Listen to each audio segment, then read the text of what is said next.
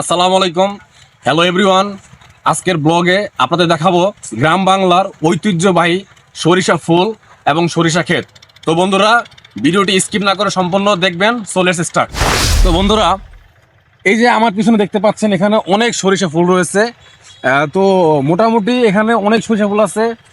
তো এই সরিষা ফুলগুলো আসলে মোটামুটি সবাই পছন্দ করে। সরিষা ফুল দেখলে ছবি কারণা তুলতে মন চায়, ভিডিও কারণা করতে মন চায়। তো আমরা অনেকে কিন্তু সরিষা সম্পর্কে অনেক কিছু জানি না।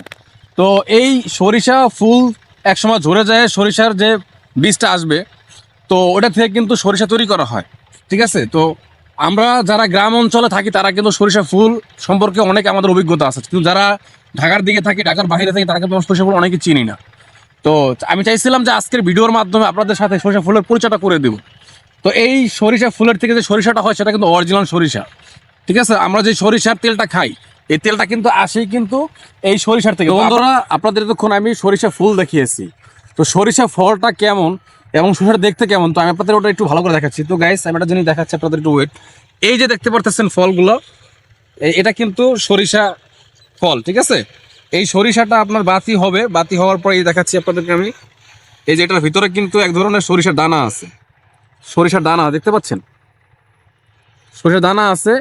তো এগুলো কিন্তু বাতি হওয়ার পর সংগ্রহ করবে, সংগ্রহ করার পর তারা মেশিনে দেবে, মেশিনে দেওয়ার পরে সেটা ভাঙাবে, তারপরে আসবে সরিষা, যেটা আমরা সরিষার তেল বলি। তো এই সরিষার তেল শরীরের জন্য অনেক উপকার, অনেক মানে উপকারী, এটা আমরা সবাই কিন্তু মোটামুটি জানি।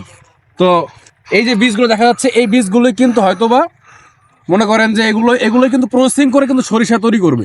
তো বন্ধুরা, এই ছিল আমাদের আজকের সরিষা ফুলের ব্লগ। তো ব্লগটি আপনাদের কেমন লাগলো অবশ্যই কমেন্টস করে বলতে ভুলবেন না। তো আরেকটা কথা, যারা আমার চ্যানেল নতুন তারা অবশ্যই আমার চ্যানেল সাবস্ক্রাইব করে পাশে থাকা বেল বাটনটি ক্লিক করে দিবেন। সো বন্ধুরা, আজকের মতো ব্লগ এখানে শেষ করলাম। সবাইকে অসংখ্য ধন্যবাদ।